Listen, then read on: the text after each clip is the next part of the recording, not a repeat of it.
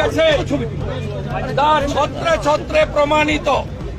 এই বাজেট বেকার বিরোধী বাজেট। 2,15,00,000 বেকার যুবক যুবতীদের সাথে বিশ্বাসঘাতকতা করলেন মমতা ব্যানার্জি তার শেষ বাজেটে। এটা তৃণমূল কংগ্রেস সরকারের 15তম এবং শেষ বাজেট। তারা 2,15,00,000 বেকার যুবক যুবতীদের সঙ্গে বিশ্বাসঘাতকতা করলেন। যে মুখ্যমন্ত্রী 11-র আগে বেকারদের মঞ্চে দাঁড়িয়ে দাঁড়িয়ে চাকরির প্রতিশ্রুতি দিয়েছিলেন, এই বাজেটে একটিও কর্মসংস্থানের কথা নেই। এই বাজেট কৃষক বিরোধী বাজেট। কৃষক বন্ধু তার কোনো অর্থ বরাদ্দ বৃদ্ধি নেই। ক্রপ ইন্স্যুরেন্সে নতুন কোনো ঘোষণা নেই। উচিত মূল্যে সার, পেট্রোল, ইলেকট্রিকে ভর্তুকি কৃষকদের দেওয়ার কোনো প্রস্তাব নেই। বয়স্ক প্রবীণ কৃষকদের জন্য কৃষক ভাতা এবং কৃষকদের অ্যাক্সিডেন্টাল বেনিফিটের কোনো প্রস্তাব এই বাজেটে নেই।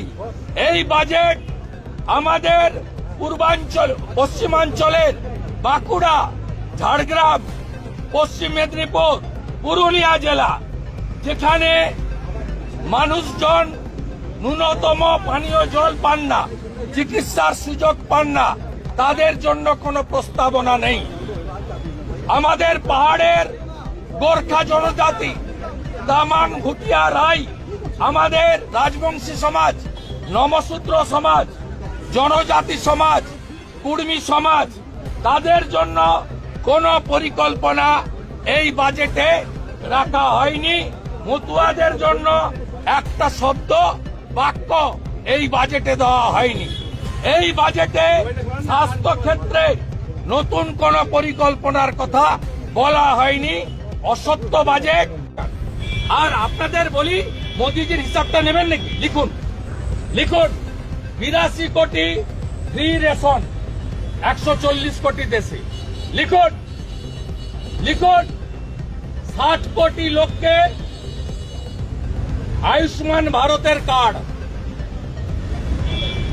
15 কোটি ফ্যামিলি, 60 কোটি জনসংখ্যা, আয়ুষ্মান ভারতের কার্ড, 82 কোটি প্রধানমন্ত্রী অন্ন সুরক্ষা যোজনা, মাথা পিছু 5 কেজি চাল বা গম ফ্রি, 29 সাল অব্দি চলবে। ডিক্লেয়ার। লিখুন 4 কোটি বাড়ি হয়েছে PMAY-তে, আরো 3 কোটি বাড়ি।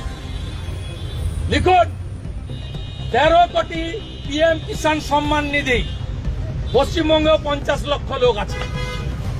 আর কি লিখতে চাইছেন? গ্যাস 11 কোটির বেশি উজ্জ্বলা যোজনাতে 500 টাকার গ্যাস পাচ্ছেন মারা, দিদিরা, বোনেরা, যার কানেকশন ফ্রি, ওভেন ফ্রি, যার মধ্যে পশ্চিমবঙ্গে আছে 1,29,00,000 মহিলা, দিদি, বোন, যাদেরকে উজালার গ্যাস দিচ্ছেন।